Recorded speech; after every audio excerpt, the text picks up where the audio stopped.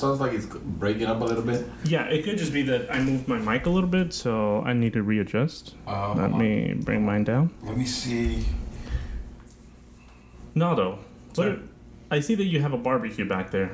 Yes. I am surprised that we haven't had a barbecue yet.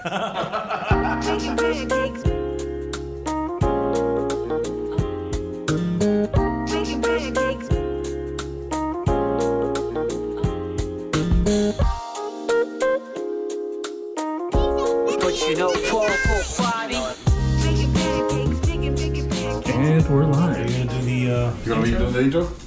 Yourself? Yeah, I could. Yeah? Okay. How do you usually start it? I come up with last fun time was things. what he said before about the step. About the step, and before that was like, this is a test of the emergency. So you're not listening to the podcast. He I does. But the I didn't know intro if is you had like a few certain- seconds. all right. I'll just go ahead and... Hello, this is Nelson Martinez, and welcome to the Doomcast. I mean, the Mouthful. That sounds like NPR. It sounds like we've been taken over. Unfortunately, the Mouthful has been possibly taken over. Has been by... hacked. Has been hacked. Has been hacked right now. The Doomcast. Oh shoot, we might have found the name for you. So welcome to the Mouthful. This is episode number 7. No. Nope. This is episode number... Number is it? Allow me to help you, sir. Thank you. This is the Mouthful's episode number 9. This is number 9? Yes. Okay. Okay. I kind of want to jump in because remember how we did episode 0? Yes. So on the numbering is off. I need to level this numbering at some point. So we're just gonna say we skip 9 and we we're just going went to episode 10. 10. Like All we right. did. Yes. All right, let's do it then. Yes. Plus, it's an X in Roman numerals. Oh, you do. I am Episode X. See, this is why he needs to be a regular here. Speaking of which, this is Arnaldo, as you always know. This is the host here of the podcast. My co-host, as always, is Mr. David Santos. How's it going? And joining us again by popular demand is Mr. Nelson Martinez. Thank you. So glad to have you back. Hopefully he'll be a permanent third chair. We'll see how that happens. Sir, I did not know that we were actually live. So I'm so sorry. this is it. This is live. We're jumping into it. This is happening. Yes. We've taken too long. We've had a few too many beers. So let's just jump into it. We want to make sure that we're able to finish it. Exactly. And I mean the Otherwise- podcast, not the beer. we're finishing the beer. Oh, we're finishing the beer. Podcast may not happen, but We need it. so let's just start off with our usual. What have you been playing, Sir, I'm going to start with Nelson Martinez. Talk to me, Mr. Martinez. Sir. What have you been playing? I've been playing 2 things. One of them is Little People Big Planet on PlayStation 3. Nice. So taking a little old school. I would say. The other thing, which I've been playing more of, it has actually been Sniper Assassin 3D. Oh yeah. To kill. Is that on PS4? That's actually on mobile. That's on the Google Play Store. I hate you. Nice. Hey, say what you want. We were all about the Deer Hunter. Deer Hunter Yes. 2014. I don't know. Yes. Yeah, I think it was 2014. Yes, It was yes, 2014. yes. We were all about that. Yeah. Little Big Planet. Have you been just going through all the downloadable Are you creating? levels? Or are you creating one? No, see, I don't believe in creating. I just like playing it. He doesn't believe The hell in with player. He's Darwinian. The hell with create. We just play and share. So what I've actually been doing is I've been going back to try to get all the collectibles and get every level at 100. There's some that are The main impossible. storyline. Yeah, Okay. and there's some that require like 4 people or 4 little sack people. Oh, you're playing part 2? People. Yeah, this is part 2. I'm sorry, I should say that. Okay, I never played part 2. Sir, if I might read a verse from this scripture here, it says, "In the beginning, Nelson created the sack boy." And so it was good. That's in the Thank you Doomsday for, version. Yes. That's Because he doesn't believe in 12. creation. Oh, I see what. This is horrible. Yes. Well, thank you for that, sir. And I have never played part 2. I don't know if they're going to port it over to PS4 because My PS3's gone. So Yes. But as far as the other one, I might have to. I don't know if my phone has space for it though. Do you know what the file space is on there? It's like 24 megs, something like that. All right, so it's not a lot. Okay, I may be able to fix that for you. All right, and so Mr. Santos. Now I can speak. What the hell have you been playing? Well, sir, let me tell you about a little game called Doom. I've been playing the crap out of that game, and I freaking love it. It is first-person shooter, obviously, haha. Yes. For those who've never played, I've never played first-person shooter, but it's like refined to the essence of, you know what? It has a story, it has its element there, but you just going at it real fast, shooting some demons, and like busting the crap out of them also, because it has some cool ass melee. The finishers. Yeah, some great finishers. I'm pretty sure most people by now should have downloaded, and if you haven't, I think it's limited. Yeah. The demo on PS4. Yeah. I think it's actually PS4, Xbox One, and PC. I heard, and I'm playing it on PC. But I saw the gameplay on PS4, and it looks just as good. I mean, this is an engine that runs really well, 60 frames per second. 60 frames per second on PS4. Yes. So, Nelson, can you please download this title? See, this takes me back when I used to play Doom on the Mac. Back when the Mac was it had the transparent color. You know what I'm talking about? The iMac, the original iMac. Yeah, the original iMac. I used to play it on that, and I loved that game. Yeah. Of course, I would put in the cheat code so that I was in God mode. Yeah, God mode all the time. I'm sure it has a God mode. Yes. The new one, you think so? Oh yeah, I'm pretty sure. I mean, they're bringing elements from those old titles. Like they have key cards. And health packs. God, key cards. Yes, but no, man, I'm telling you. And a lot of people are giving crap, saying that, the multiplayer is bad, so why should I pay $60? This is a game that, at $60, even in this just single-player campaign only, is completely worth it. Okay. It is completely worth it. Funny you should say that, though. I did read an article where it turns out the multiplayer was actually handled by a third party. Somebody not at id was handled the multiplayer, and id is going to step in.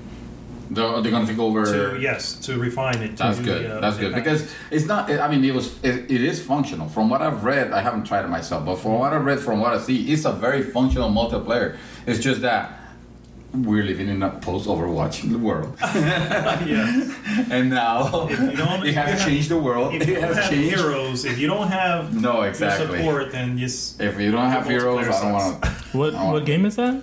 I'm just kidding. It's Deer Hunter 2014. Yeah, okay. It's this little indie title. No, I see it everywhere. You guys are. It's great. Oh yeah, well, pimping this game out. Blizzard check cleared, so we can actually talk about it like that. This is true. Well, what I've been playing is I just finished the Blood and Wine expansion of Witcher 3. Woo! How was that? It was. I'm glad I finished it. I love the ending, but it was. I had to force myself to. I was just like, I think I am Witchered out. Sorry, I think you were Witchered out. I'm like, just hours of gameplay. It's, the problem, the issue with the game, if I can say there's an issue, is it's just packed with too much stuff. I mean, there's just.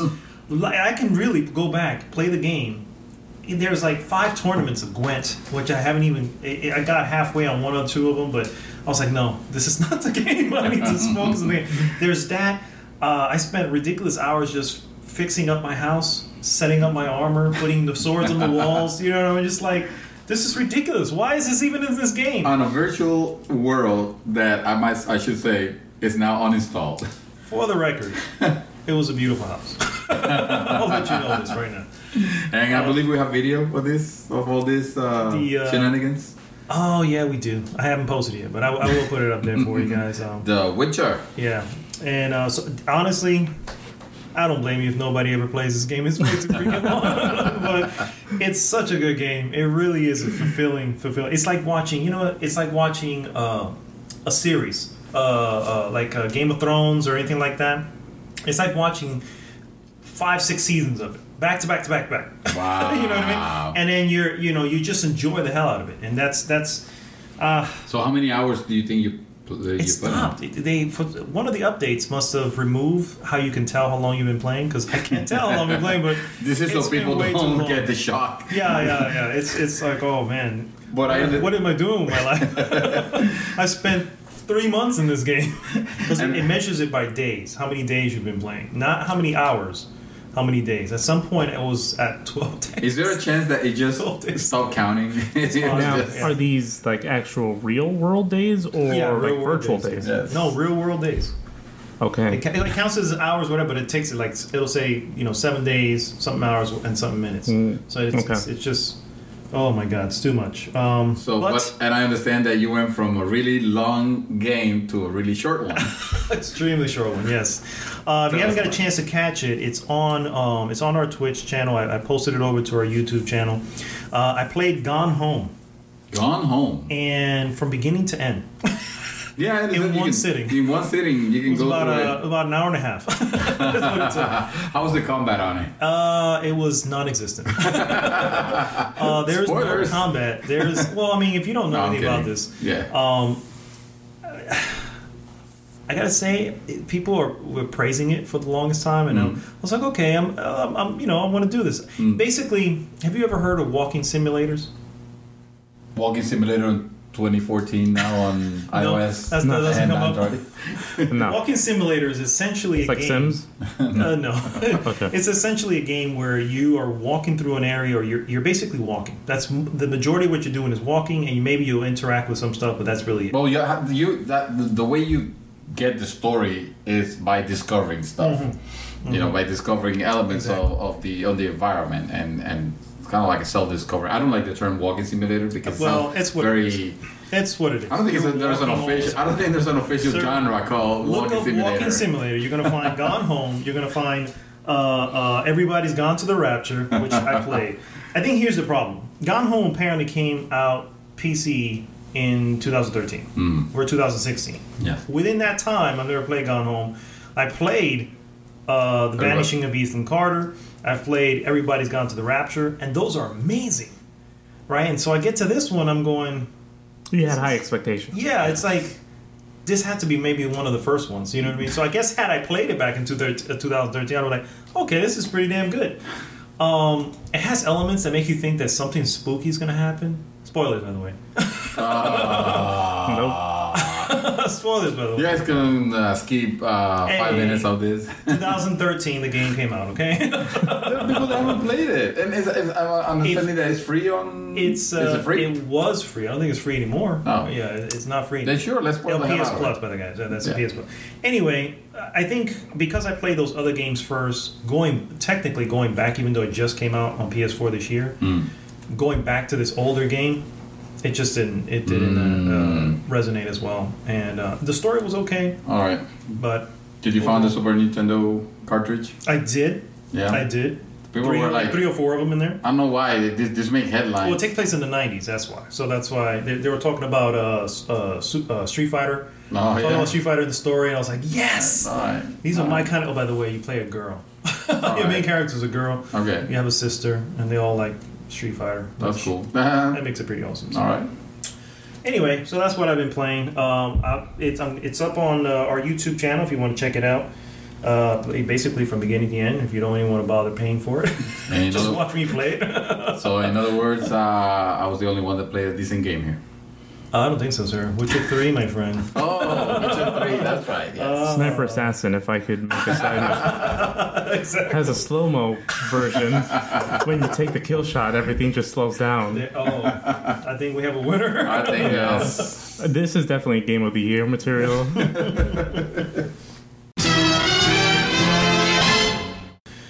All right. Just taking a quick pause. No, that's okay. But don't start the part with all right, because you always do that. Oh. All right. And so we're going to talk about a little game that just came out this Tuesday, if I'm not mistaken. Oh. Mighty No.9. Oh, yes. Yeah, the sequel to Mighty No.8. Sure, why not? No, there's none. In case you wonder, there's no Mighty No.9. I was thinking for some reason of that movie 9, where it's kind of like the little weird, sack people. Yeah, sack people. Yeah. Oh no, it's not that. Okay. What this is basically it's Kenji Keiji Inafune. Kenji or Keiji? Keiji. Keiji? I've never heard of Keiji Inafune. All right, we'll put Kenji then. Yes, like kanji. Mr. Inafune. There you go. Inafune-san. Basically, he created Mega Man, the original Mega Man. Well, excuse me. He didn't. let me put this in it. If you look on the internet, his name is listed as the creator of Mega Man. Okay, he was involved with pretty much all of them at some point, one way or another. Yes. Usually a producer, though. Which we all know what producers do. Yes. Anyway, he ended up leaving Capcom and starting his own company called Concept. And now he started a Kickstarter for this game 4 years ago now, if I'm not mistaken. 3 or 4 years ago. Yeah. Mighty No.9. He can't do Mega Man because Capcom owns the name and the rights. Right. So this is literally a clone of Mega Man, but done in 2D, 3D graphics type thing. 2D on 3D or 3D. No, it's still the same gameplay. So it's basically so similar game. Yeah, a spiritual successor to Mega Man. High expectations behind it, especially when we saw the original teaser. The teaser trailer for it looks fantastic. The screenshots have the characters, like the lighting and the stage design look very interesting. I mean, there were still shots, but still, it looked like it looked like it was going to be something special. It didn't look like a PS2 title. Funny you should say that. What does it look like now? Right now, not so good. I mean, they say the game is. I mean, it controls well. Mm-hmm. All the critics I've heard is like, listen, it controls well. It feels like a proper, one of those. But yes, but the stage design is pretty boring. Boring. Yeah. I hear the enemies are pretty boring as well. The enemies are pretty boring. The settings is pretty drab. The voice acting is terrible. Yeah, I heard that's pretty really rough. Yes, and that's a shame because when you look at those original, I mean, at the original Kickstarter. Oh yeah. Yeah. When you look at the Kickstarter, the pitch, very different. Yeah. It looks like, man, I can see why people got excited and put away. How much was it? 3.2 million? Over $3 million in a Kickstarter. $3 million. It's a lot. Yes. That they got on a Kickstarter with a promise, and then they got delivered this game that looks again like a PS2 game on PS4 or Xbox One. It's pretty bad. By the way, Xbox 360 version got delayed. Yes. And this is after delaying this game many times. Already, yeah. 4 times already. Yes. So I have a question. The reason I even bring this up, this is going to be a good question. Oh, I was hoping you were going to go there because I was going to. Well, I'll tell you. Let's see if it is what I was thinking. Okay, because you brought this up yesterday. Okay. Or maybe it was the day before. I can't remember, but you brought this up, and I was like, you know what? Let's look into this. The question is. I'll start with the question. Yes. Hit me. Kenji Inafune overrated? And I'm going to bring some facts before we even get into this. All right. So, first off, he's credited for creating Mega Man, which he himself has said that he technically didn't start the creation of Mega Man. It was already pretty much created by the time he took over the first project, and he just finished off the design. Okay. All right. He worked on all the Mega Man series. He was involved with the Onimusha series. You remember the Onimusha series? Oh, God, yes. Onimusha. Yes. He was also involved with Resident Evil 2, specifically. Street Fighter 1, the first Street Fighter, and Street Fighter 4. What? Does it specify in what way with Street Fighter? Most of these are producer. Yeah. Okay. He's a producer or mostly a producer. Okay. DuckTales. Breath of Fire. Zelda. DuckTales, the remake? No, the original. Oh, the original? Yeah, the Super Nintendo. Wow. Yeah. Great soundtrack. Yes. Zelda the Minish Cap. Lost Planet 1 and 2. Anybody play Lost Planet? I played Lost Planet and loved it. I played Lost Planet 2 and... Dragon's Dogma. Oh, no kidding. Yes. And let me see. But he goes he's an executive producer, but he goes uncredited. Yeah. Okay. Then you have Dark Void, Azura's Wrath. You played that one? I remember that movie. Yes. Nice. Up top, sir. Ninja Gaiden, the Yaiba. Oh, God, no way. The worst of them all. All right, so he's involved with all these, again, mostly as producer. All right, so it is to say, this is what I'm hearing. I mean, it seems like he is a good executive, a good businessman, but a lot of people don't see him that way. A lot of people see him more like a designer, like maybe even a programmer or a creator. And if we're looking at it from that point, yeah, Inafune, at least right now, is not really giving us anything. Let's go to the second chapter. Look at if I may mention, Recore is happening, and when I see the first time that we saw Recore on the last E3, the Microsoft presser, the trailer looked great. It was interesting. It looked like, it has this element of why you get the cores from these enemies and you can exchange them, the personality cores, or I don't know exactly. Look at this gameplay right now, 2016, and it just looks like some boring old shooter. You don't even get to see. Not to mention the animations of the character when it was kind of rough. Yeah, it was kind of rough. It just looks like Fallout. When you're actually looking at it in third person and she jumps. Oh, and she jumps? Yeah, kind of like floating. Yeah, I'm like, what is this? Yeah. So let me go into the second chapter. He leaves Capcom in 2010. Okay, starts Concept, which is his new company. Yeah. This is what Concept has done since they started. You're probably not going to know any of these. Sweet Fuse on the PSP. Okay. Who plays the PS? Soul Sacrifice on the Vita. Bugs vs. Tanks on 3DS. The Yaiba Ninja Gaiden, which I just mentioned. Soul Sacrifice Delta also on the PS Vita. And now Mighty No. 9 and Recore. So the question is, again, are we getting what we should be expecting from? I don't think we should expect a lot from the name, and this is not to pull him down. No, not at all. Although I am very disappointed at what Mighty No. 9 looked and ended up looking, and ended up playing as, because if you could make at least an argument that it looks kind of drabby, but it plays very well, but it doesn't. So maybe they're trying to take on too many projects at the same time. It could be that. It could be. But I know one thing. I'm no longer going to get excited about an Inafune project because when I hear that list, and most of these games, I didn't even know that he has his hands in one way or another, but they're all over the board too. Ninja Gaiden Jaiba should have never been greenlighted. It was pretty bad. Yeah.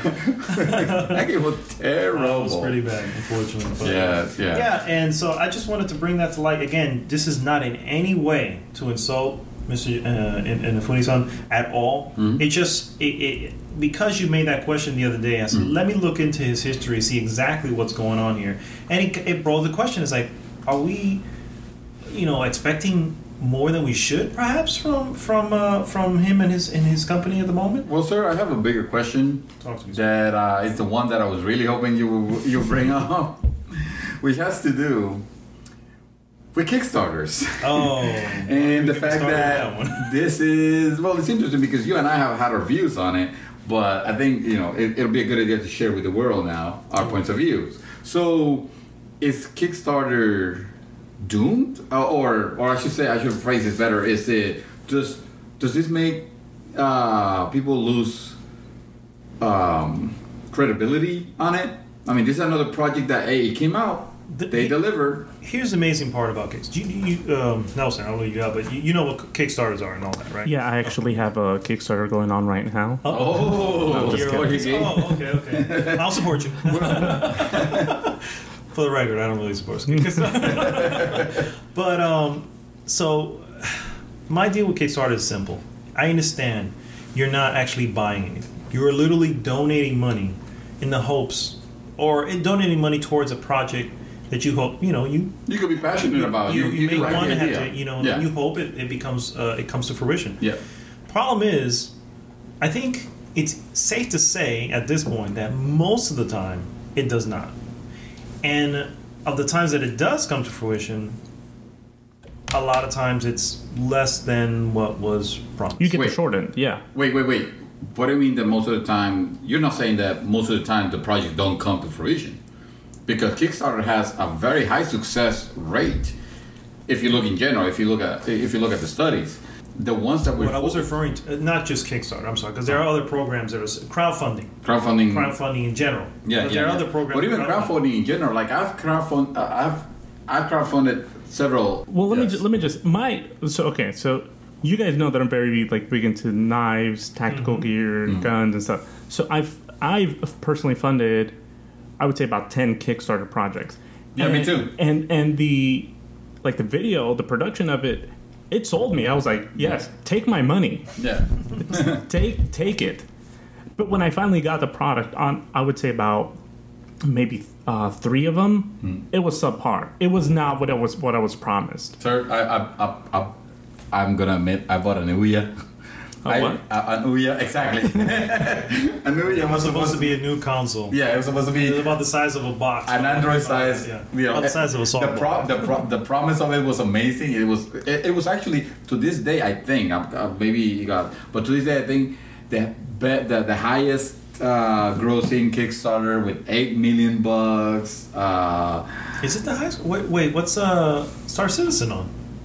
Well, Star Citizen was separate because they divided that into they did a Kickstarter for it, yes, but then they keep taking pledges. Oh, okay.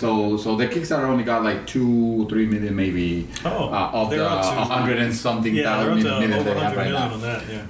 But yes, sorry, I just wanted to show. I guess to say, essentially, is that is it the expectation then, maybe? That the expectation of what you're getting is already higher than what you're probably should be expecting? Okay, so my thing was that I looked at this video, and I know this is a rated G podcast. No, it's not. So when I saw these videos, I was like, holy crap, take my money. The video, the promo, and that's what they say when you're doing a Kickstarter, to try the heck out. It's a pitch. It's exactly your pitch wonderful. So they invest a lot of money into this, the production videos, so that people get hyped up. I got hyped up, and a few of them I was satisfied because of the weight. I was like, you know what? Listen, just give me whatever you're gonna give me, and I settled. The other ones I was like, this is really not what the video showed. So I was disappointed. So my issue with crowdfunding is that sometimes they spend so much money on this production, advertising, that the money they might have left over isn't enough to actually make a good product. They make the actual product. Exactly, because there's so many promises to the backers. Yes. Usually that takes the majority of the money away. You know what I mean? Yeah. So again, when you're down to the project, you don't have that much left. Right. And that's I guess that's my main issue with it. And honestly, I look at it. I think, for instance, Mighty No.9. Had that been pitched to any of the publishers out there, I have a feeling they would have said no. You know what I mean? And I think for good reason. You know what I mean? I think in the end, I guess doing the whole publisher route is a lot of people are like, well, this is a new thing, and you can get anything you want off the ground. That's cool and all, but maybe just some of these things don't need to be off the ground. No, I highly disagree, because here's the thing.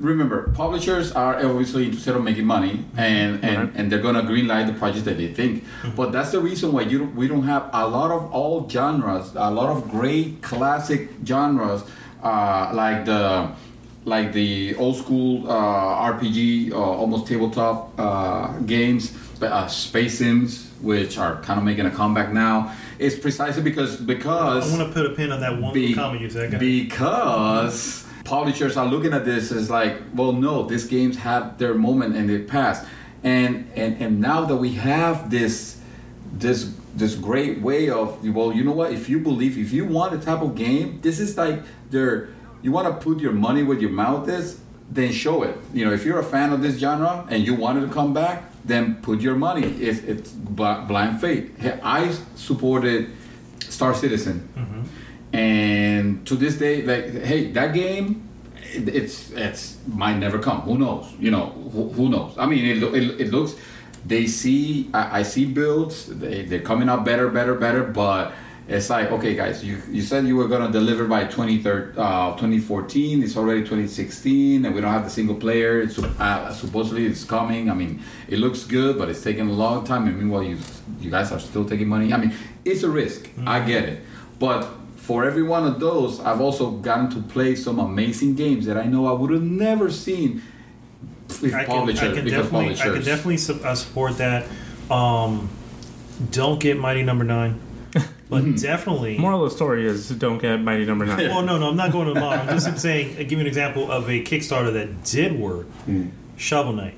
Shovel Knight is absolutely awesome. And nobody would have greenlit that. No, nobody would have greenlit that. Exactly. I'm not going to lie that I'm glad it happened. I'm glad it exists. I didn't kickstart it. I didn't prepay for it. But I handed my money easily when the game came out. I was like, here you go. Take it all. You know what? Thank backers for that one, because otherwise, yes, I can thank backers. But I guess in the end, I feel like sometimes the risk is too high sometimes, and I think in the whatever you're willing to do, whatever. Yes, I understand. At the end of the day, if you're left with a game like Mighty No.9, you got some really you got several 100,000 people who are pretty frustrated right now with Mighty No.9. And if you want an alternative to Mighty No.9, play. Oh yes, as a protest. I also downloaded the Mega Man collection. Well, actually, I was gonna say I was expecting you to say play Shovel Knight. Shovel Knight is a great. Oh no, play Shovel Knight. Yes, definitely play. But if you're really hankering for some Mega Man, just get Mega Man. Just get Mega Man. They have the collection 1 through 6. Accept no substitutes. Exactly. Now we know. And knowing is half the battle. I also wanted to touch on another game that we hilariously left out of our Guacamole podcast. Guacamole. Oh, not Guacamole. No, there's no Guacamole. Sir, I'm gonna need you to play Guacamole. No, I'm saying that guys, there's no Guacamole. I need you guys to come together and force Mrs. Santos to play. Sir, you and I need to, I'm talking to Nelson at the moment. Nelson, you and I need to come together and force this fool to play. So when the link to this goes up on the GG Facebook page, everyone go ahead and tag Santos, Guacamole, at Santos, and tell him to go play Guacamole. And if you haven't played it, repent, download it, and play it. All right. And then tag Santos in it. I admit, my reason for not playing the game is really stupid. I never said it wasn't stupid. But you know what else is stupid? The title of that game. And yet it flows out. Just Guacamole. Anyway. So, no, I wanted to touch on We Happy Few. We Happy Few. I can't believe we left that one. We sure did leave that out. I can believe... You know what it is? This is what happens when you go to like a rival game site to go look at a list that they left it out, and now I left it out because I went to game... We should have done our own research. Yeah, I'm not going to say where I went, unfortunately. But I got to tell you, I looked at some of the gameplay, and I'm not exactly excited as I was before. I saw the Wait, I thought this game looked like Bioshock. And the trailers looked amazing. Like Bioshock. Yeah. But I'm going to tell you what's different. It is apparently a roguelike with procedurally generated levels. 3D, mind you. Oh. So I don't know how I feel about that. I feel I'm not big on roguelike games. I'm not either, to be honest with you. But I don't know. Maybe this is a spin that people will like. You know, there are fans of roguelike games. You know, the game is creepy as all freaking get out. I mean, I love. Dude, have you seen that trailer? That trailer is creepy as. Yeah, no, it looked creepy. Yes, but I kind of like that. Yeah. Well, here's the deal. If you die, now you're gonna go through this level again, but now everything's different. That. You know what I mean? So if it's already hard, now you're moving stuff around. And making a hallway where there wasn't a hallway, or a wall where there wasn't a wall. Has that been confirmed somewhere? Levels. Yeah, it was. This was one of the one of the rival gaming sites. They had it. They had a gameplay demo with one of the developers. Oh, okay. And he was mentioning it's kind of roguelike, and I don't know. I'm still curious. I still want more of it, especially because I love the art style. I know you're not a big Nelson. You're not a big fan of BioShock, but I love BioShock art style. Sir, number one, repent. Number two, there's a lot of repenting going on. Get yourself a copy. Repentance, guys. So seriously, how do you feel about the roguelike? About roguelikes? I've had experience with a few. Like, there's some of them. Were you talking about the genre in general? Or the genre in general. Yeah, the genre in general. I mean, there are games that are fantastic. Rogue Legacy. Rogue Legacy. It's but a that was great still example. in the butt, though. I'm not gonna lie. That's one of the elements of roguelikes. You know, the fact that they're a little bit. The reason I think I kept playing that one so much was because I found the ailments of the character hilarious. Yes, they were hilarious. So what happened was basically, this is a side-scrolling roguelike game. You basically go through the where you're a knight and it's like a platformer. And you end up dying. But when you respawn, you respawn as one of your heirs. Yeah, one of your descendants. And then you have like some sort of weird it could be like sickness. Like everybody say, well, it can also be they're not ailments. All of them. Some of them are like some of them could be good. Yeah. So, yeah, but you have control. What you have control is about picking. Okay, who's gonna be your heir of like 3 or 4 choices, and then they might have color blindness, and suddenly color blindness, the whole stage is black and white, which is fine because it doesn't affect gameplay. But then there's some that do affect gameplay. There's some of them that are like Vertigo. Oh, Vertigo! Vertigo, you're playing the thing upside down. Yeah, so because he's all that. A cool game. A cool game. It's pretty cool. And then you have flatulence, which is hilarious because he jumps and just farts around. I mean, those things are kind of fun. That's actually what made me play that game. More, because not to. Oh god, no. Yeah, it was a hard freaking game, as most roguelikes are. Another roguelike game, very famous, Spelunky. I played very little of that, and apparently it's amazing. Free. Well, I have it. I have several versions actually, including a Vita version, and I don't own a Vita anymore. But the game is it's like the gameplay is really cool, really good. It's just one of those where you die. You're done. Yeah, that's the one that's roguelike. And I can understand people enjoy that kind of game. It's just not my kind of game. And to hear that We Happy Few fits within that category disappoints a little bit. But so you're not happy? No, you're not happy about We Happy Few. No, well, that's why there are few. Well, few of us are happy about. I am part of the many. Yeah. Well, guys, we're going to take a quick 5-10 minute break so we can refill some beer and perhaps water for Nelson because he just worked out. We don't want him to get dehydrated. So, and we'll be right back.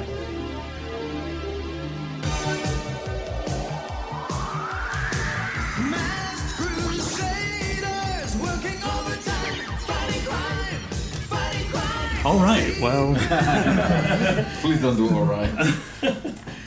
So, all right. No, seriously.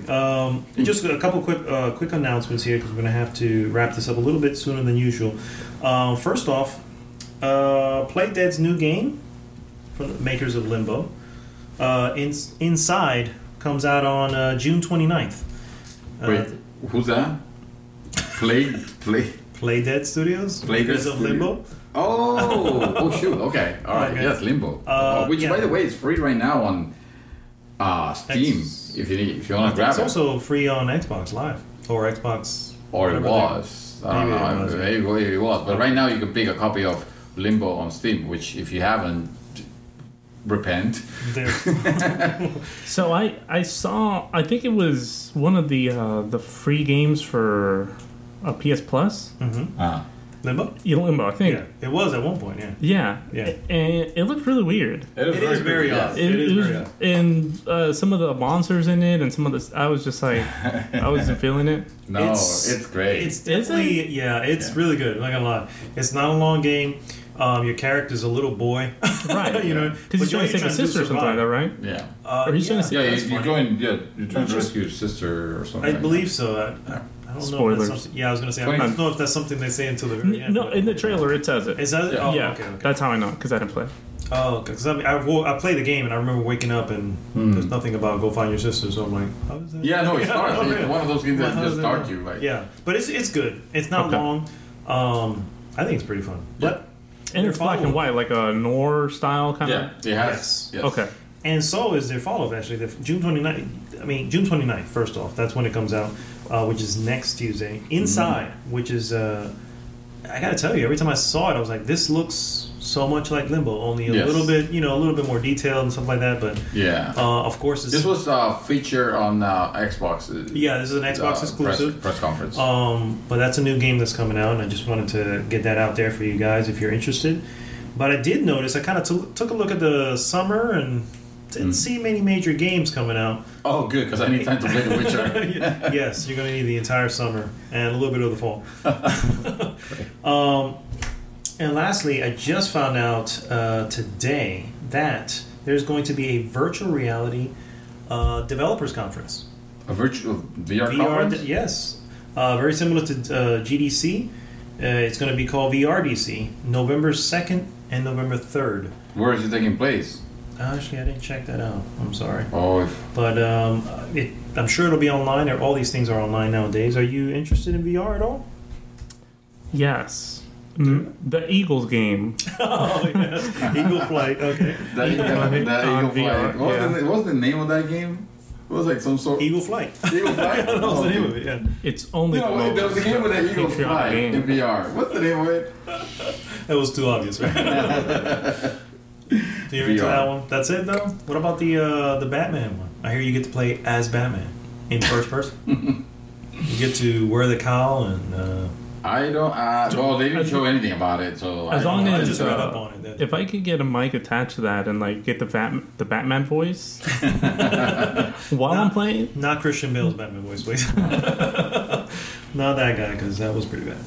And so, yeah. And lastly, do you like Life is Strange? I love Life is Strange. It's a game that nobody should miss. What about you, sir? Have you tried Life is Strange? I'm Googling it right now. I think we told you about this one, though. It's you're gonna see the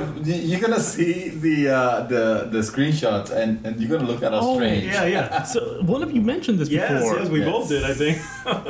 No, I haven't played it.